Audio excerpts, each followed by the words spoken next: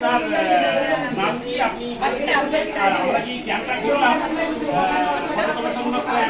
আপনার কেমন লাগলো এখান থেকে কি সুবিধা পেলেন আপনি আর আপনার উপকার হলো কি এই ব্যাপারে আপনি বলুন এই ক্যাম্পের সম্বন্ধে আপনার কেমন অভিজ্ঞতা ছিল?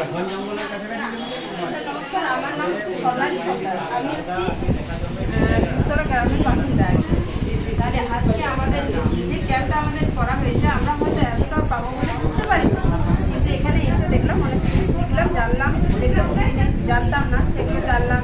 আমাদের হেলথের জন্য চেক আপ হয়েছে, আমাদের প্রাণী মিত্রা দিদিরা যেসব আমাদের বাড়িতে যে ভ্যাকসিন দেয় তারা আবার আমাদেরকে বোঝানো, জমি যেসব আমরা হয়তো চাষবাস করি, অনেকদিন ধরে চাষবাস করতাম কিন্তু জমিটা আদৌ আমাদের হবে না আমরা করে এসেছি সেসব সম্বন্ধে আমাদের জমি দপ্তর থেকে স্যাররা বুঝিয়েছেন।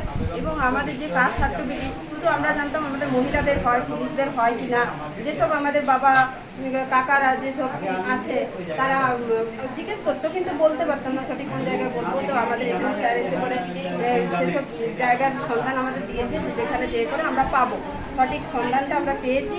ভালো লেগেছে, আমাদের খুব ভালো লেগেছে। আমরা বুধবার দিনেই চলে যাব ওখানে যেয়ে করে সব কিছু যেটা জানি না সেটা আবার জেনে নেব, দরকার হয় আবার যেসব আমাদের সুযোগ সুবিধা আমরা তো বুঝতে পারছি আমাদের এখন স্যাররা আমাদের পাশে আছে, স্যাররা আমাদের সুযোগ সুবিধা দেবে।